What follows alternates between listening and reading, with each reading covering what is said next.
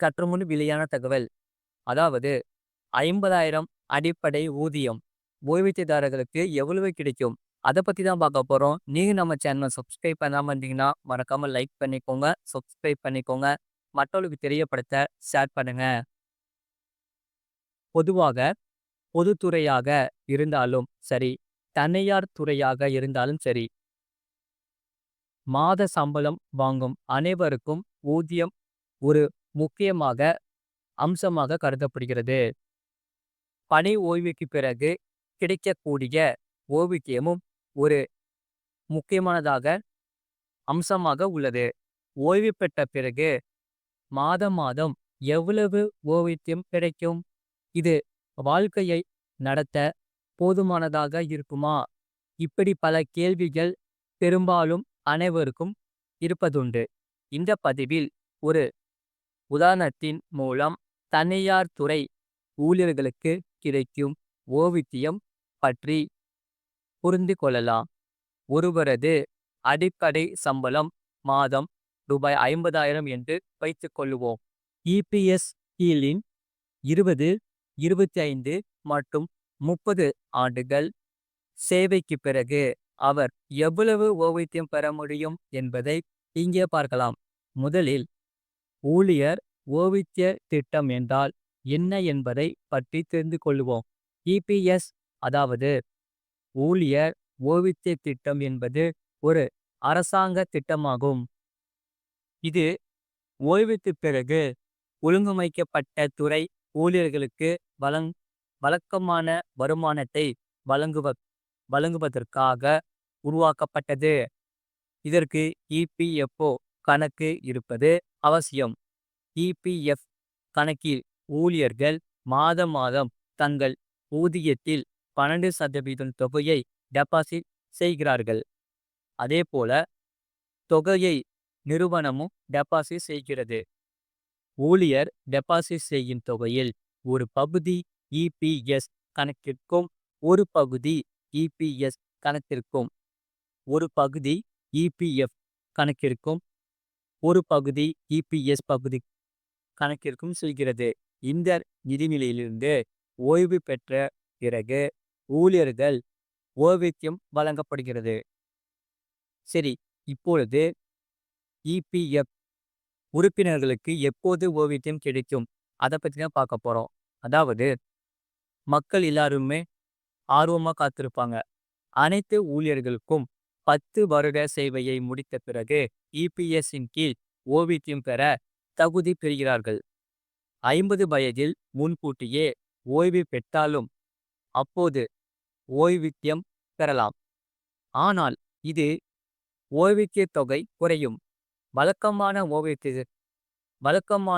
ஓய்வூதியத்திற்கு 58 வயது தேவை. சரி, இப்பொழுது இபிஎஸ் எப்படி வேலை செய்கிறது? அதை பத்தி பார்க்க போறோம். அதாவது ஊழியர்களும் நிறுவனமும் தலா 12% இபிஎஃப்ஓ நிதிக்கு பங்களிக்கிறார்கள். முதலாளி நிறுவனத்தால் வழங்கப்படும் 12% 2 பகுதிகளாக பிரிக்கப்படும். 8.33% ஊழியர் ஓய்வூதிய திட்டத்துக்கும் 3.67 இபிஎஸ் சதவீதம் ஊழியர் வருங்கால வைப்பு நிதிக்கும் இபிஎஃப் செல்கிறது.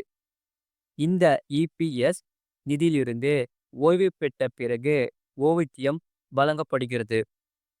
அதேபோல இபிஎஸ் கணக்கீடு பொறுத்தவரை இபிஎஸ்ஸில் ஓய்வூதியம் ஒரு குறிப்பிட்ட சூத்திரத்தின்படி கணக்கிடப்படுகிறது.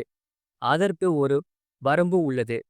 இதன் கீழ் உங்கள் அடிப்படை சம்பளம் ரூபாய் 50,000 இருந்தாலும் இபிஎஸ்ஸில் கணக்கீடு அதிகபட்ச சம்பளம் 15,000 மட்டுமே செய்யப்படுகிறது. அதாவது உங்கள் அடிப்படை சம்பளம் ரூபாய் 60,000 ஆக இருந்தால் ஓய்வூதிய கணக்கீடு ரூபாய் 15,000 தான் செய்யப்படும். இந்த ஊதிய உச்ச வரம்பை ரூபாய் 21,000 உயர்த்த கோரிக்கை உள்ளது. அதேபோல இபிஎஸ் ஓய்வூதியம் எவ்வாறு கணக்கிடப்படுகிறது என்று பார்க்க போனால் இபிஎஸ் ஓவியம், ஓவித்திய சம்பளம் மற்றும் சேவை காலம் இரண்டும் சேர்த்து 70 என்ற சூத்திரத்தை பயன்படுத்தி கணக்கிடப்படுகிறது. அதேபோல சேவை காலம் என்பது நீங்கள் பணிபுரிந்த ஆண்டுகளின் எண்ணிக்கையை குறிக்கிறது. ஓவித்திய சம்பளம் என்பது கடந்த 12 மாதங்களின் சராசரி அடிப்படை சம்பளம் மற்றும் அகவிலைப்படி ரூபாய் 15,000 அதிகபட்சம் கருதப்படுகிறது. அடுத்ததாக இபிஎஸ் பென்ஷனில் கணக்கீடு என்று பார்க்க போனால் 50,000 அடிப்படை சம்பளத்தில் 20, 25 மற்றும் 30 ஆண்டுகள் பணிபுரிந்த ஒரு ஊழியருக்கு எவ்வளவு இபிஎஸ் ஓவியம் கிடைக்கும்? அதாவது உங்கள் அடிப்படை சம்பளம் 50,000 என்றால் வரம்பு காரணமாக உங்கள் ஓவித்திய கணக்கீடு ரூபாய் 15,000 இருக்கும். 20 வருட சேவைக்காக ஓவியம் மொத்தமாக பார்க்க போனால் 4,285. 30 வருட சேவைக்கான ஓவியத்தை பார்க்க போனால் மொத்தமாக 6,428. அதே போல இபிஎஸ்ஸின் கீழ் அதிகபட்ச மாத ஓவியம் 7,500 ஆகவும் குறைஞ்சபட்ச ஓவியம் ரூபாய் 1000 ஆகவும் உள்ளது. அதே போல ஒரு ஊழியர் இருந்தால் இபிஎஸ் நாமினிக்கு ஓவியம் கிடைக்கும். ஊழியர்கள் தங்கள் மனைவி, குழந்தைகள் மற்றும் பெற்றோரை நாமினிகளாக நியமிக்கலாம்.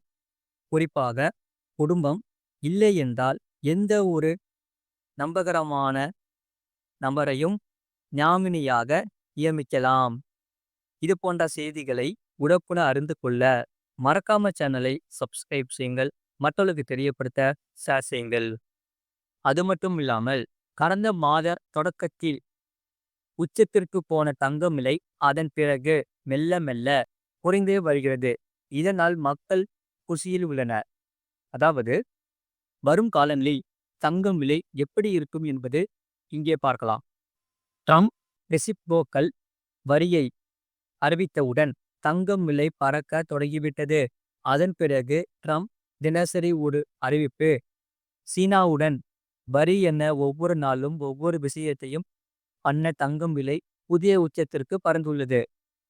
அதாவது முதலில் அமெரிக்காவில் பெரும்பாலான மந்தநிலை வந்துவிட்டது. ஆனால் அதெல்லாம் இல்லை என அங்குள்ளவர்கள் பூசி முழுகிறார்கள். அதாவது ஒரு சவரன் 70,040க்கு விற்கப்பட்டது. தங்கம் விலை இப்படி சட்டென குறைந்து வருவது பலருக்கும் மகிழ்ச்சி தருவதாகவே இருக்கிறது. அதே நேரம் தங்கம் விலை எந்த அளவுக்கு குறையும் என்ற கேள்வியும் எழுந்துள்ளது. இதற்கான பதிலை தங்கம் விலை 205 குறைந்து இருக்கிறது. இது வாங்க ஒரு நல்ல வாய்ப்பு. ஆபண தங்கம் ஒரு கிராம் ரூபாய் 8,755 இருக்கிறது.